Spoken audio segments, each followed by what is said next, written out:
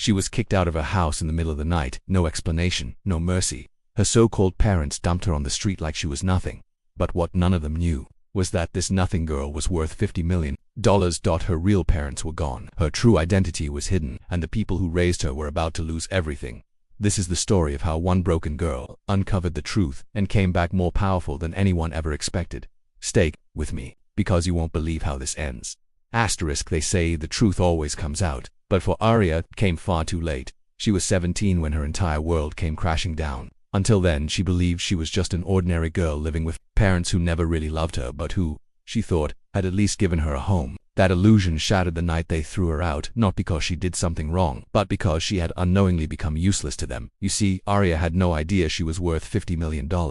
She didn't know the people she thought were her parents weren't really her parents, and she didn't know that her biological mother and father, people she had no memory of, had left her everything when they died. But others knew, and they took full advantage of her ignorance. It began with a letter. Not one she received herself, but one she accidentally saw lying half open on the kitchen counter when she came home from school one rainy afternoon. The envelope was thick, stamped with a gold seal from a law firm she'd never heard of. She hadn't planned to read it.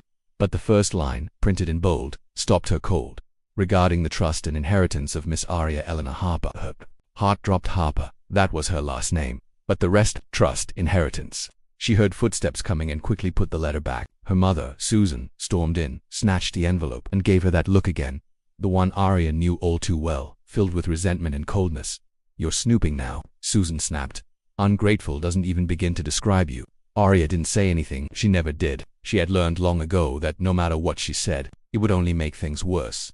That night, Susan and Robert, the man she called Dad, didn't speak a word to her during dinner. They barely looked at her. The silence was heavier than usual. She sensed something was coming, but she never expected what happened next. At midnight they knocked on her door, not with worry, not with love, but with cruelty. "You need to leave," Robert said simply. "We're done. We're not your parents. Never were." Aria froze. She thought it was a joke, but it wasn't. Susan tossed a bag at her feet stuffed with clothes, a sketchbook, and a cracked phone. "You'd think we'd keep you around forever." Susan sneered. "We did our part. The arrangement is over." Arrangement? What arrangement? She didn't understand. But before she could ask, the door slammed shut behind her, and just like that, she was alone on the porch. In the dark with nowhere to go, she sat under the street lamp for hours. The rain soaked her clothes. Her fingers were numb. She clutched her sketchbook against her chest and stared up at the sky, trying to figure out what she had done to deserve this. But Aria had done nothing wrong. She didn't know that the letter she saw was one of many, that for years her guardians had been receiving updates from lawyers managing her inheritance, that they were never meant to raise her out of love, only to hold on to her until she turned 18. Her real parents, Amelia and Christopher Harper, were tech entrepreneurs. Young, brilliant, kind. They died in a plane crash when Aria was just 5. They had no family left, and so, in their will, they left everything to Aria with the condition that a guardian would raise her until adulthood. They couldn't predict that the guardians would see her not as a daughter, but as a payday. The Harpers left behind a fortune, private estates, luxury properties, stocks, a yacht, a scholarship foundation, and $50 million in liquid cash, all of it under a trust, locked until Aria's 18th birthday. That birthday was just 92 days away, and Susan and Robert knew they wouldn't get a single cent beyond that point. They had gotten greedy. They had tried to access the funds early. They'd claimed Aria was mentally unfit, that she needed the money now for medical treatment, but the trust was airtight. They failed, so instead of waiting those last 92 days, they kicked her out, because to them, she was now a liability, a threat, a reminder of money they couldn't steal. Aria didn't know any of this yet. She only knew she was on her own. For weeks she drifted, from parks to shelters to bus terminals. She ate barely. Once a day she kept her head down, but despite it all, she refused to give up. There was something deep inside her, a voice she barely recognized that kept whispering, "Hold on." And then one morning as she sat outside a coffee shop sketching, in her notebook, a man approached her. He was tall, well-dressed, and carried a briefcase. "Are you Aria Harper?" he asked. She nodded, unsure. He handed her an envelope and smiled. "I've been trying to find you for weeks." He was from the law firm that had managed her parents' estate since their death. His name was Marcus Delaney. He told her everything. He explained who her real parents were. He showed her documents, original birth certificates, court records, video messages left by her mother. He told her about the trust fund, about the estate, about the empire she never knew she owned. Aria sat in silence. Her hands shook. The name Amelia Harper felt so familiar, though she hadn't heard it in years. She whispered, "They really loved me." Marcus smiled. "More than anything. And they made sure you'd be taken care of.